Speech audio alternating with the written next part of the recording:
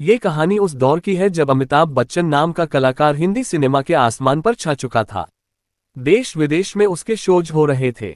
Canada में उसका show Housefull हुआ तो आयोजकों को हॉल में 137 कुर्सियां अलग से लगानी पड़ी। और उसी हफ्ते अमर सिंह चमकीला का जब उसी हॉल में उन्हीं आयोजकों की मार्फत शो हुआ तो जानते हैं कितनी कुर्सियां अलग से लगानी पड़ी थी? 1024। जी हाँ, 1024। अमर सिंह चमकीला ने अमिताभ बच्चन से लोकप्रियता में बड़ा होकर दिखाया था। और फिर एक दिन गोलियां चली। अमरजीत मर गया। उसकी दूसरी बीवी अमरजोत भी मर गई। लेकिन उसका नाम अब तक जिंदा है और आगे भी जिंदा ही रहेगा। कलाकार मरते नहीं हैं, मारने वालों का कोई जिक्र तक नहीं करता। फिल्म अमर सिंह चमकीला शिद्दत से सिनेमा बनाने वाले एक कलाकार की शिद्दत से गाने बनाने वाले एक कलाकार को दिल से दी गई श्रद्धांजलि है। उस कलाकार को जिसका असली नाम धनीराम था। अमर सिंह के नाम से उसने जुराबे बनाने वाली फैक्ट्री में नौकरी की। उस जमाने के मशहूर गायक सुरिंदर शिंदा के यहाँ ऑफिस बॉय की नौकरी की। उनके लिए तमाम हिट गाने लिखे और एक दिन मालिक एक मंचीय कार्यक्रम में देरी से पहुंचा तो आयोजक ने नौकर को मौका दे दिया। मालिक आलसी होते हैं तो नौकरों के भाग्य ऐसे ही जागते हैं। अमर सिंह तो खैर प्रतिभाशाली भी था। वह पंजाबी लोकसंगीत का उस दौर का अनुराग कश्यप बना जब भोजपुरी में अच्छी फिल्में भी बन रही थीं और संगीत भी उसका आज जैसा नहीं था। कहानी ये एक ऐसे बच्चे की है जिसके घर में महिलाओं को शारीरिक अंगों की स्थितियों का चित्रण करने की पूरी आज़ादी थी। कुछ आज़ादी उसने भी हासिल की महिलाओं को पुरुषों के साथ अलग अलग स्थितियों में देखने की। बच्चा किशोर हो रहा था, शरीर उसका भी मचल रहा था, बस जो कुछ था वह उसने गानों में उड़ेल दिया। घर की बारातों के दुल्हन लाने के लिए निकलने के बाद निकटोरों में जो कुछ महिलाएं चोरी छिपे गाती करती थीं, उस पर अमर सिंह ने अपने संगीत का चमकीला मुलम्मा चढ़ाया और बाजार में हिट हो गया। ये बात तो सच है कि चमकीला अगर किसी ऊंची जाति का होता तो उस पर न सिर्फ अब तक दर्जनों किताबें लिखी जा चुकी होती बल्कि उस पर फिल्म भी न जाने कब बन गई होती। लेकिन एक दलित की हत्या की तफ्तीश भी आज तक पूरी नहीं हो सकी।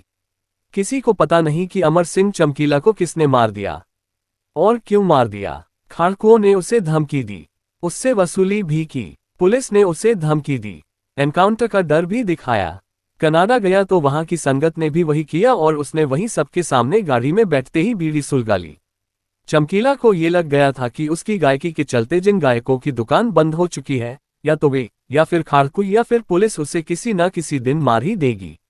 और जब किसी इंसान के दिल से मरने का खौफ निकल जाए तो फिर तो उसे बड़े होकर अमिताभ बच्चन बनना ही है।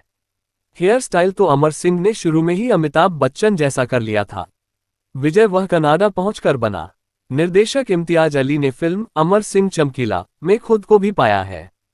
सिनेमा और प्रोजेक्ट का इम्तियाज भी इम्तियाज को समझ आ गया है। इम्तियाज अली कभी कारोबारी सिनेकार नहीं बन सकते, उन्हें एक निर्देशक ही बने रहना चाहिए। पैसे कौड़ी और कला का इम्तियाज समझते हुए वह कलाकार के दर्द को पहचाने वाले फिल्मकार हैं। वह इंसान के भीतर घुटती चीखों को आवाज देने वाले फिल्मकार हैं।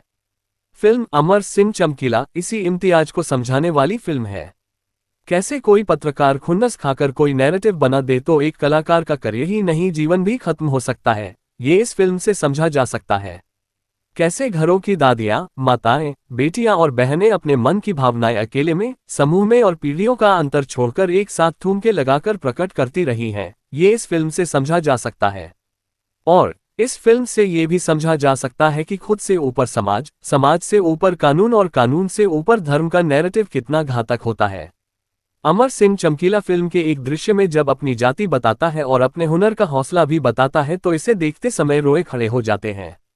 जैसे अपना इंटरव्यू लेने वाली महिला पत्रकार से अमर सिंह कहता है, सच और गलत में फर्क करने की हर किसी की औकात नहीं होती, या फिर जब वह अपनी पत्नी से कहता है, मुरीद ही इन दिनों धमकियां देने आते हैं।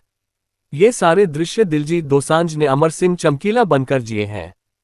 फिल्म देखते समय एक बार भी नहीं लगता कि पर्दे पर जो है वह इस दौर का मशहूर गायक दिलजीत दोसांझ है। दिलजीत ने अमर सिंह चमकीला के किरदार में वाकई दिल जीत लिए हैं। ये सच है कि बाल कटाने को लेकर उनकी ट्रोलिंग भी हो रही है। ये भी सच है कि इसी कहानी पर वह पहले एक फिल्म जोड़ी कर चुके हैं, लेकिन सच ये भी है कि बायोपिक के घटते आकर्षण के दौर में रिलीज हुई फिल्म अमर सिंह चमकीला दिलजीत के इस कालजयी अभिनय के कारण ही एक मस्ट वॉच फिल्म है। फिल्म अमर सिंह चमकीला अपने जिन दूसरे कारणों से एक जरूर देखे जाने लायक फिल्म है, वह है इसका संगीत। इश्क मिटाए हाय हाय तो आपने अब तक सुन ही लिया होगा। मोहित चौहान, इरशाद कामिल और AR रहमान की तिकड़ी का कोई तोड़ नहीं है। ये फिल्म एक तरह से रहमान की हिंदी सिनेमा में वापसी की फिल्म भी है। उनके संगीत में जब जब लोक संगीत आया है, उन्होंने कमाल किया है।